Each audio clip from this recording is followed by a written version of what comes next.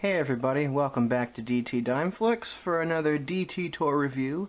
Today we're going to be taking a look at the Imperial 1985 Godzilla. That's right. Now at this point, there had already been a number of companies that were releasing Godzilla-related merchandise. In the 1960s, Aurora was doing plastic model kits for monster kids and collectors. And then around that same time, Bullmark in Japan were releasing vinyl toys. And then in the 1970s, we had Mattel. They were doing figures for the American market, North American to be more specific. And then Bandai Company Japan started their wave of their very first wave of vinyl figures that were a little more movie accurate and less stylized. Those started in the 1980s. This guy is what we got in the mid-1980s on the American shelves. Very common figure, very iconic, very well known, very recognizable. You could pretty much get him anywhere. He came in several different scales. From this little 6-inch guy right here, I mean, there were big ones that were, they were 12-inch scales. If memory serves me correctly, I think there was even a larger one too that was made. But this is a 6-inch guy. I'm pretty sure, I'm just going to assume that he was made in conjunction with the U.S. release of the film Godzilla, which came out in 1984 in Japan. It was the reboot series that started. It was picked up by New World in 1985, and then it was retitled Godzilla 1985, and it was released on August 23rd of that year, which by remarkable coincidence was the day before I was born. So I kind of have a special connection to not only that film, but to this little guy as well. So Imperial Toys, they probably were just licensed just to the characters, not any specific designs. As you can see, this really doesn't resemble any specific Godzilla or Godzilla suit. It's just a generic looking Godzilla, has all of his features and stuff like that. He's got the dorsal fins going down here. That's very recognizable. The arms, his feet and stuff. I mean, it looks like Godzilla. You can tell right away it's Godzilla. It just doesn't look like any specific Godzilla from any specific movie. Imperial Toys were kind of that's how their line was. Their Dracula and Frankenstein and Mummy and Wolfman figures were like that. They had a King Kong that was like that. Just basically their own take on the character, which wasn't a bad thing because their takes were always pretty interesting, and they weren't over stylized. They still looked like the characters. So let's get a closer look at this guy. Godzilla is sculpted in like a black plastic, but as you can see, there's a lot of green. There's a greenish finish over pretty much the whole thing. These spines, these dorsal fins right here, used to be silver, but that paint is long since worn off.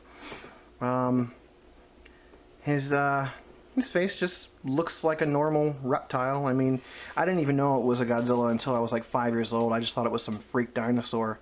I've had it for as long as I can remember, and I have no idea how I got it. I saw King Kong vs. Godzilla for the first time when I was in kindergarten, and I realized after watching that hey, wait a minute, I have a Godzilla toy. So I went into my toy box and busted this guy out, and I'm just like, yeah, it's a Godzilla, nice. So I had no idea that this was for the longest time. But of course, age 5, when I figured it all out, that's when I kind of became caught in the grip of the Daikaiju Eiga that I have yet to escape, which I don't even plan on escaping it. I love kaiju movies, and this guy right here was very important into helping me become a little fan. Despite a lack of detail thereof, there still is actually some cool detail. Like, get a nice close-up here of the scales in the sculpt that are really cool. I like how rough and sharp the dorsal fins are, and as you can see, his awkward-looking face, and you have Godzilla's little kind of like mammalian-looking nose right there. His teeth are pretty cool looking. The lips around his teeth are no longer red, and his teeth retain only a little bit of the white that they had. This guy was played with a lot when I was a kid, which is why the paint job really isn't as vibrant as complete as it used to be. His four-fingered hands, nice little sculpt on the hands right here with the end and little tiny claws. The very human-like arms that Godzilla has always had. The legs are pretty cool looking. Got some nice detail in there, and the four toes, which in the 1960s and 70s, Godzilla primarily had 3 toes. In the 50s, he had 4. But we didn't see him with 4 toes again until the 1984 movie. So that's kind of an interesting little fact right there. Is that this figure was most likely inspired by the 1984 Godzilla. So let's see, the tail's really cool looking. Got the nice little segmentations there, and the triple row of spikes that go down it. Really cool looking. All in all, this is a pretty cool guy. He's been with you for so long as I can remember. I've been on many adventures with this guy. You know, the bathtub, the bedroom, outside in the back. I remember watching reruns of the old Hanna-Barbera cartoon series, and I had a little replica of the ship, the Calico, that was made out of Legos, and this guy always accompanied that little Lego ship. So he definitely got a lot of playability. And when I was a kid at one point, we also had a pool, and this guy definitely joined in. So I had a lot of fun with this guy as a kid. Just as with my Stay Puft Marshmallow Man that I reviewed earlier, I'm not going to repaint him or touch him up or anything like that, because again, just loads of childhood memories. Just a great, kind of generic looking figure, but still just a wonderful Godzilla figure. My first one. He was probably the first for a lot of kids in North America. So really isn't a whole lot to him. He has 5 points of articulation. The arms can, you know, move like this. The legs can move like so. Both of them can move. So just basic action figure articulation. Here's the tail right here that can do that. So I mean, he's definitely ready for battle. And he's not tiny, but he's not huge. He's decent size. Actually, here is a Bandai Japan Godzilla right here. You can do some size comparison. So, you know, he sizes up pretty well with these guys. I have them displayed with my Bandais. Here's another Bandai Japan figure right here.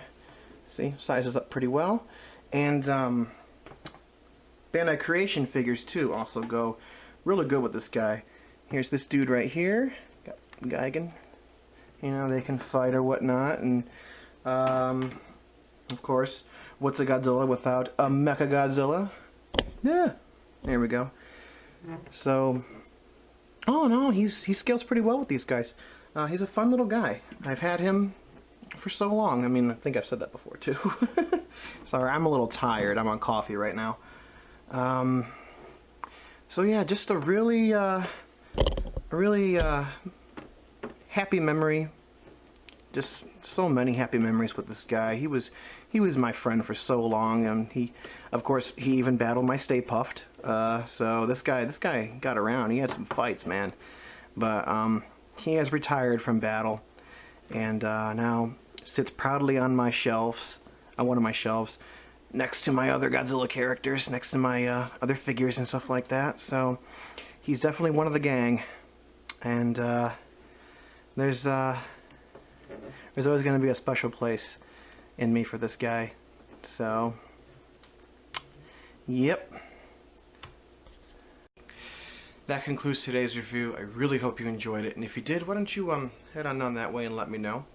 And if you haven't yet, I recommend that you subscribe for more monster fun. So, I'm DT, and thank you so much for watching.